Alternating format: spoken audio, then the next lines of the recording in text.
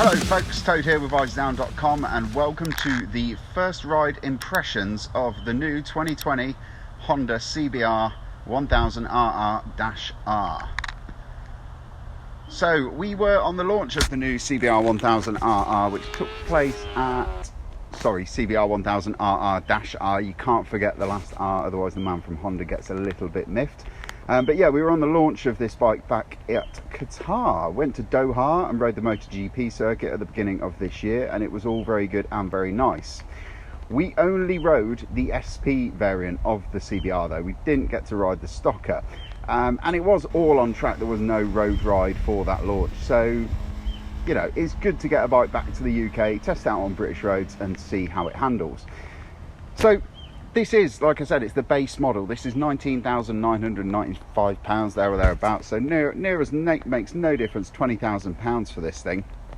But this is the bike that Honda are probably going to sell more of than the SP version, which is the more trick, more expensive and hopefully better performing version. But this is the bike that most people will go out and buy just simply because it's closer to the price point of the other 1000cc super bikes in that little sector.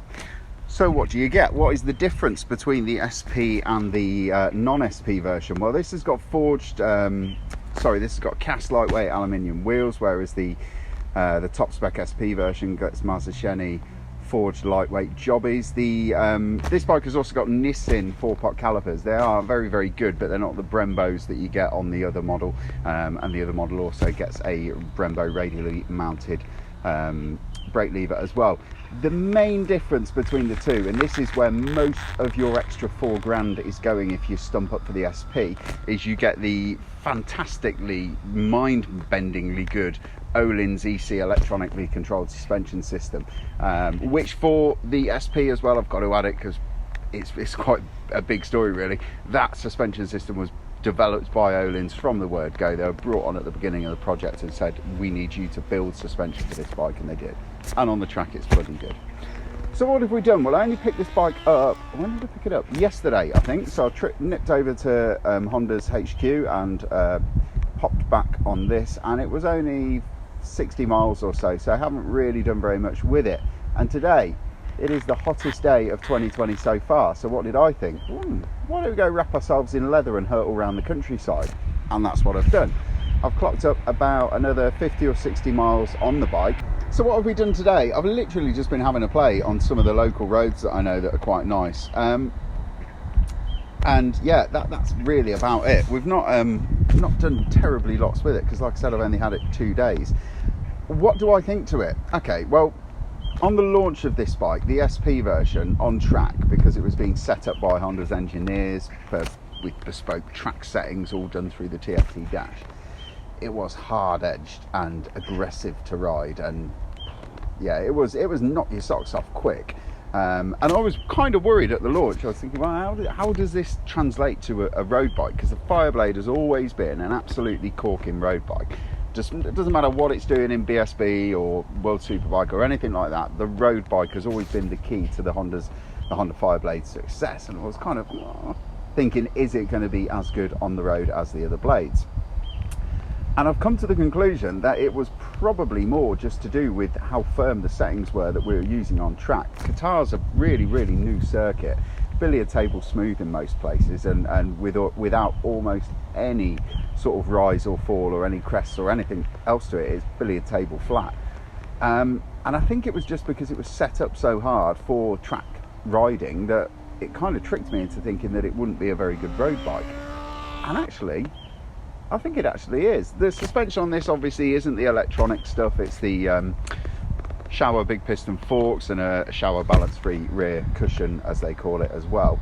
And I'm pretty sure that the parameters that you can reach within the Öhlins electronically controlled suspension, you would be able to reach them through this manually adjusted kit. You just have to spend the time and get it done, or take it to somebody who knows about suspension who can set it up. So I mean, I could say that maybe the SP is a little bit harder, but with all the adjustment that you've got within the TFT dash, you could bring it to this sort of setting quite easily. The main thing about the Öhlins system is the way that it automatically adjusts to the way that you're riding and to what the road is doing underneath it, you know, every millisecond.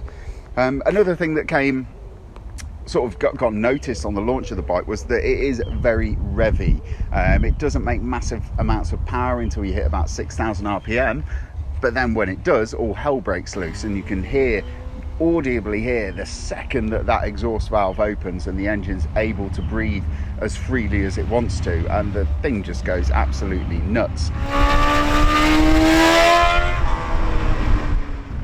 Yes, there are torquier sports bikes out there. This is from, spending 100 miles with it yesterday and today. Yeah, there are torquier sports bikes out there, and there are bikes with chunkier mid-range. It's not gutless though, and once you get used to riding it, you can kind of drop in and out of that torque as you need it. If you're just pootling through town, you don't need to go above 6,000 RPM, which, by the way, this will sit in 6th gear and pootle along at 30 miles an hour without a grumble or a worry whatsoever.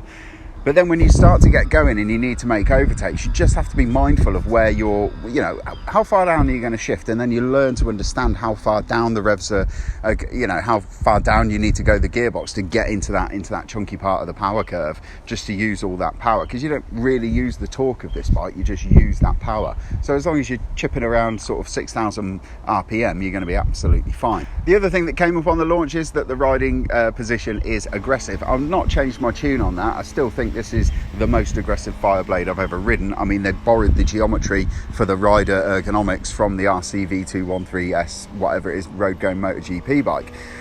So nobody can turn around and tell you that this is, an ergonomically perfect and comfortable sports bike. It's not. But then again, I don't really know many sports bikes that are. The upper body ergonomics, I say, are pretty good. It's not too wristy. The seat is quite firm, but there's a little bit of padding in there, but it's kind of what you want, because you want to sort of feel what's going on underneath you. But the pegs are very high set and your knees will be bent. I'm 5'7.5" and about 12 stone. Well, I was about 11 stone before lockdown, probably about 12 stone now. And my knees are, they are quite bent. But I'll tell you what, I'm going to put that to the test, because we've got a couple of things coming up that we want to do with this bike. On Saturday, I'm going to be riding up to York to go to a wheelie school to learn how to wheelie. Don't worry, Honda, not on this.